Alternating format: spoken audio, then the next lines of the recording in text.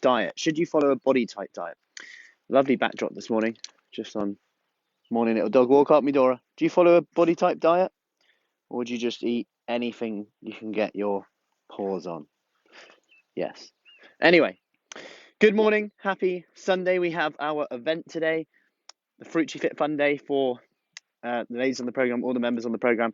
We are in Devizes for a day of fun. It's going to be amazing, the weather.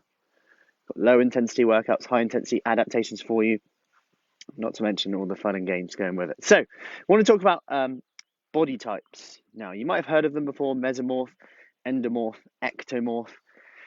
Just to give you a bit of background, there's quite a lot out there. There'll be like quizzes. I've been asked lots of questions before, like, should I take the quiz? And it tells you your body type, and then it suggests what you should eat.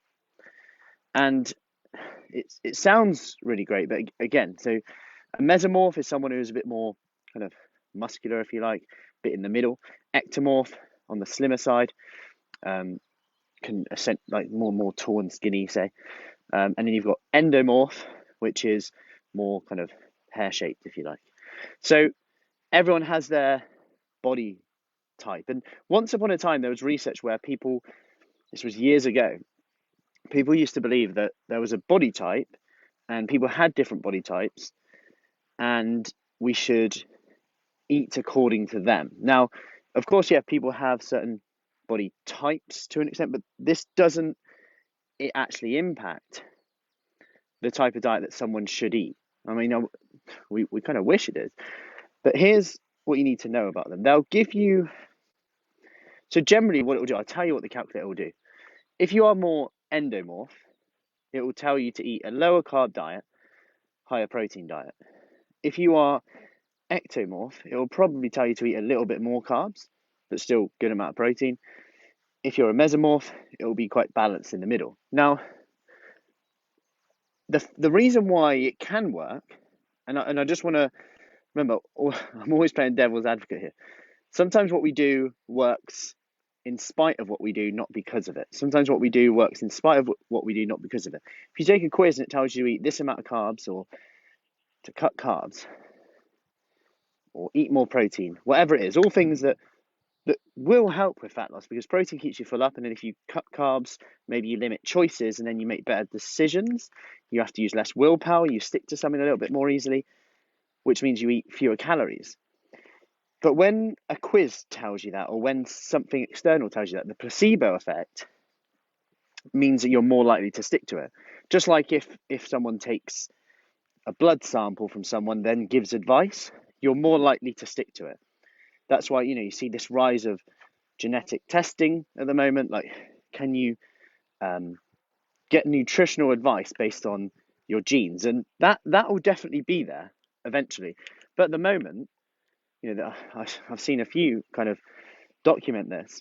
People have done different genetic tests on themselves with different companies and got different results from all of them. So what that shows is kind of we're so far away from that, but it will be there, no doubt. Like, no doubt that will be the future at some point.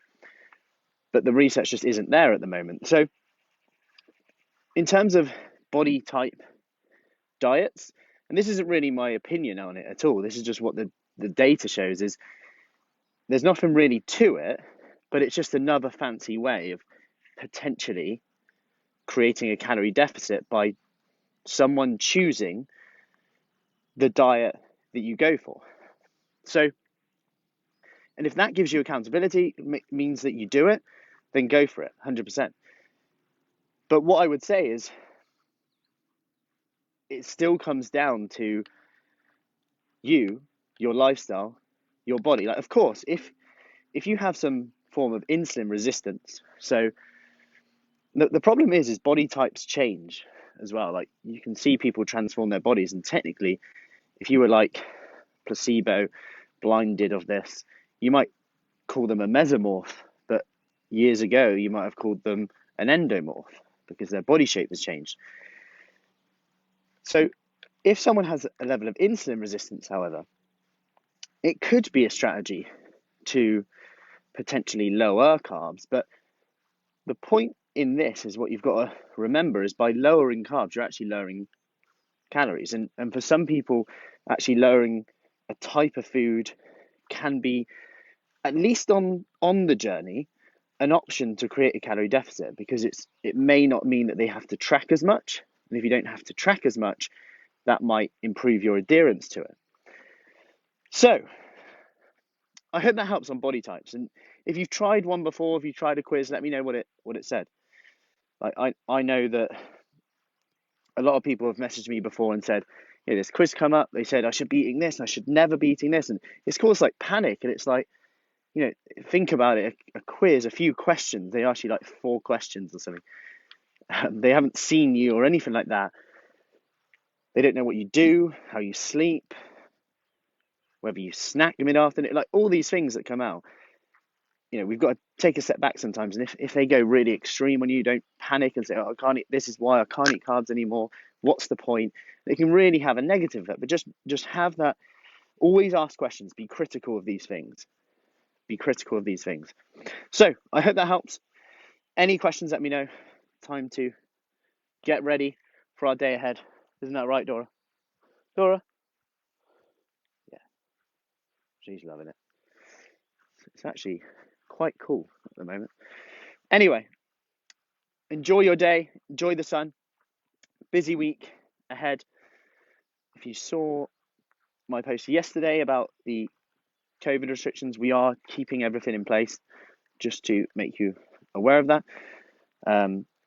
That's generally the guidance in the fitness industry at the moment, around just being cautious, but at the same time